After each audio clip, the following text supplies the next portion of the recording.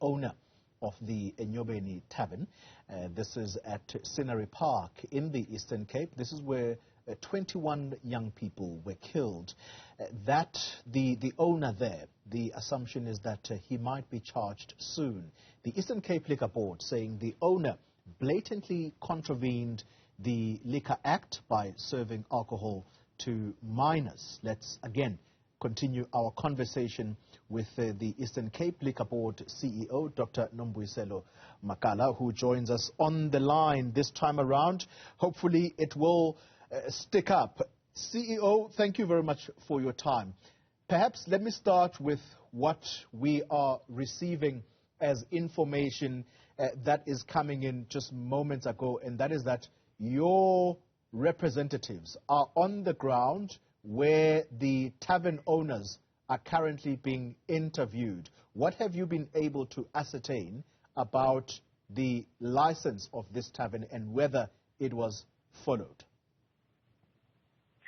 At the moment, my representative, that is the executive manager for compliance, are there at the site to actually go and serve the liquor trader with their Section 55, where we are instructing her to actually stop trading with immediate effect. All right, and we understand that there have been a number of complaints about this particular tavern, and it had to do exactly with the license conditions not being followed. Can you confirm that you have been receiving complaints about this establishment? That is the problem that we're faced with, because as Eastern Cape Liquor Board, we never received any formal complaint from the community members, despite the fact that we've been conducting awareness campaigns to the different communities to actually ask them whenever they identify or see any irresponsible trading that they should report that to us, Eastern Cape Liquor Board, so that we can act. But unfortunately for this outlet, we never received any formal, informal complaint about the irresponsible trading of the trader. Let me ask you about your monitoring systems. Do you have any, and how do you go about monitoring that taverns or any liquor outlet are conducting themselves in accordance with the license? Yes, we do. As the Liquor Board, we've got two types of monitoring. We've got the pre-registration, which we actually conduct before we issue the license, and then we've got the post-registration, which actually looks at the compliance of the traders to the liquor conditions or liquor license conditions. So we always conduct those post-registration monitoring inspections, especially in those areas where there are many complaints. Unfortunately, as I've alluded to this fact, that we've never received any complaint about this one. Otherwise, during the year out, our inspectors, they go out and do the post-registration monitoring inspections.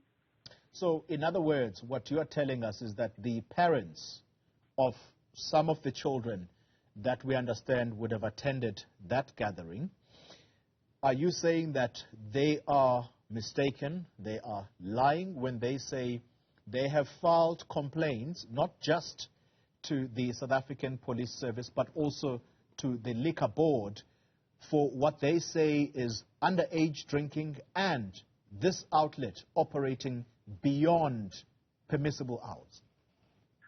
As Eastern Cape Liquor Board, we've got a complaints management system, and fortunately, it's managed by somebody outside our institution.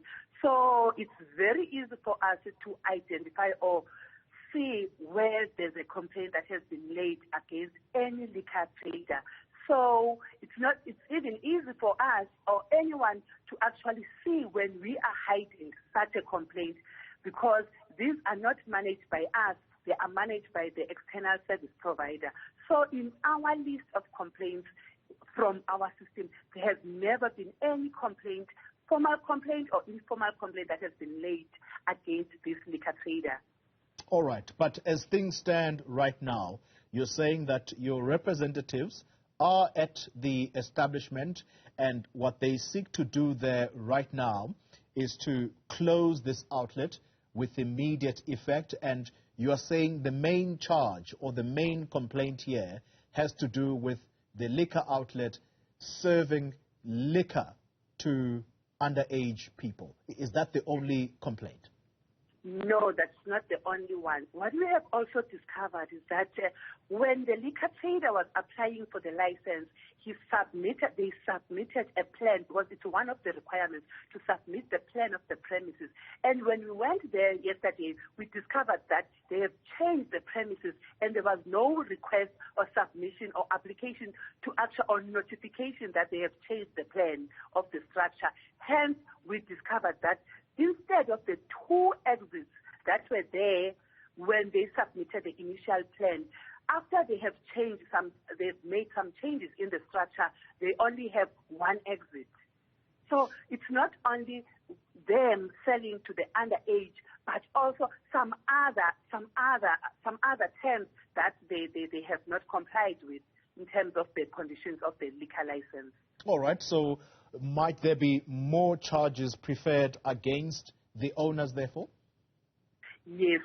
And the other one that we have discovered was he said it himself in the national TV that he was not there.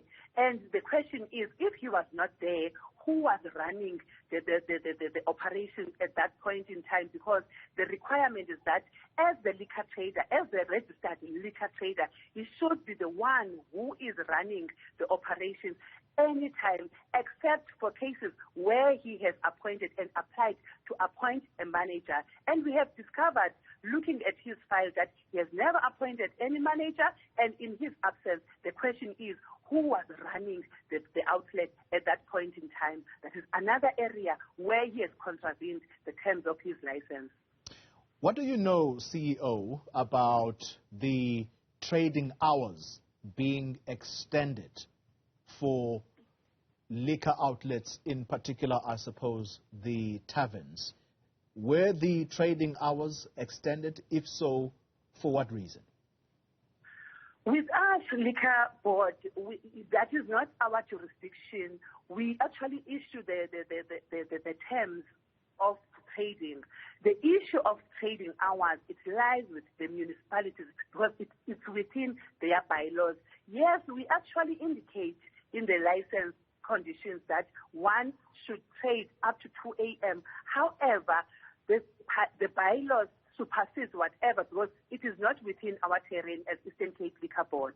So that's what we discovered when we were there, that they were still open after 2 a.m. because they were using the trading hours as stipulated by the municipality bylaws, that they can trade up to 4 a.m. All right, and so that means the municipality can simply override your license conditions that stipulate 2 a.m. is the cutoff time. If the municipality says permission granted, you can go on up until 4 in the morning, you have no say whatsoever. Yes, the trading hours are within the municipality bylaws, so their bylaws can supersede whatever we've actually indicated in the terms of the trading license. Because it is not in our jurisdiction as Eastern Cape Liquor Board to actually prescribe the trading hours. Final question to you. We do that in cases where other municipalities do not have the bylaws. We actually put it there. Yeah. All right.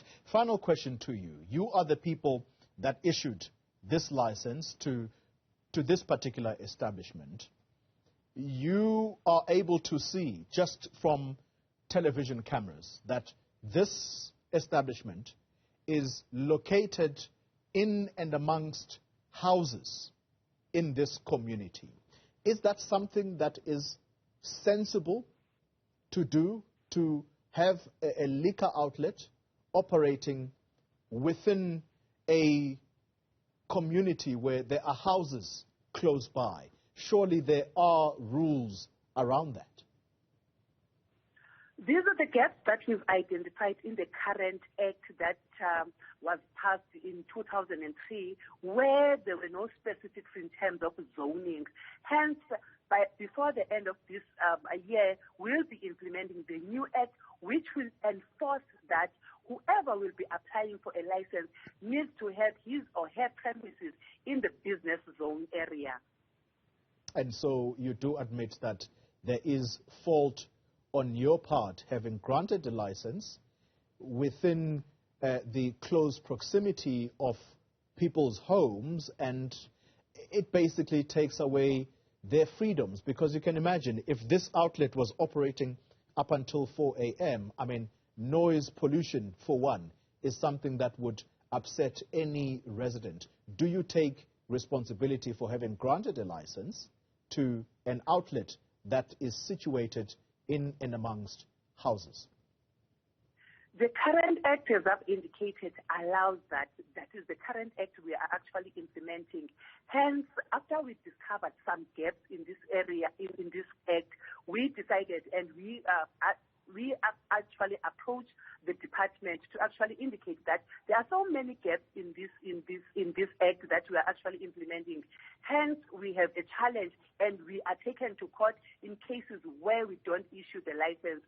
And the department actually agreed to actually have a new act which will enforce people that if you are opening the liquor trader, it needs not be in the residential area. Otherwise, the current act that we are implementing, it allows that.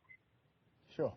So at the moment, you yourselves as the liquor board might be at fault here. Do you anticipate any legal action against yourselves? I don't anticipate any legal action except for the cases where we don't issue the license and we raise the issue of the business zoning area. We are taken to court. So for this one, as I'm saying, the current act accommodates that. It's receptive to that.